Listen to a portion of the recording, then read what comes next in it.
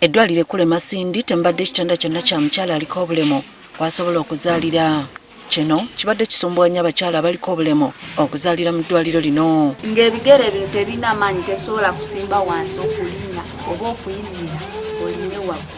Kati kiba kyetaagisa akako kabeere ku levo oyo y'osobola kola ki kulinnya. Era bagamba nti basanga okusoomoozebwa kw'abasawo ababakambuwalira mu kuwalampa ebitanda nga batuuse okuzaala. So getting people to lift them, to put them up there, they encounter a lot of challenges. They have that labor pain.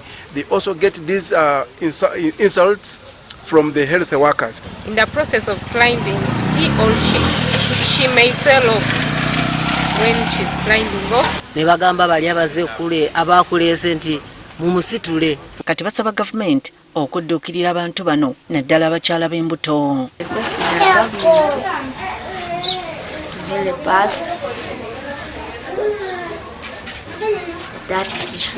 Wano Bishop Charlse Bagonza owa Pentecostal Churches atonedde eddwaliro lino ekitanda okuzaalira abakyala abaliko obulemu eky'omulembe.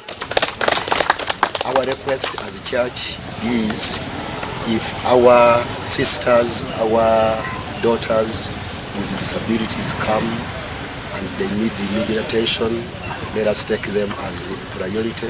Atubulidde lwaki yawaddeyo ekitanda kino. Because of all those challenges, climbing the local beds which are in the delivery room is always a very big problem for them. Solomon Byamukama omusawo mu ddwaliro lino agamba nti ng'oggyeko ebitanda n'abakyala b'embuto abaliko obulemu basanga obuzibu okuviira ddala mu by'okutuulako ne kaabuyonjo zaabwe. In the clinical rooms where we see patients, whenever they come for them they sit on the floor. They don't have chairs. They don't have their special chairs. Wasabidde abazira kisa okubadduukirira. People who have good heart to look into it and see that we get facilities for those people with disabilities, not only in maternity, but in the hospital in general. Kino kye kitanda ekisoose mu Masindi okuzaalirwako abakyala abaliko obulemu.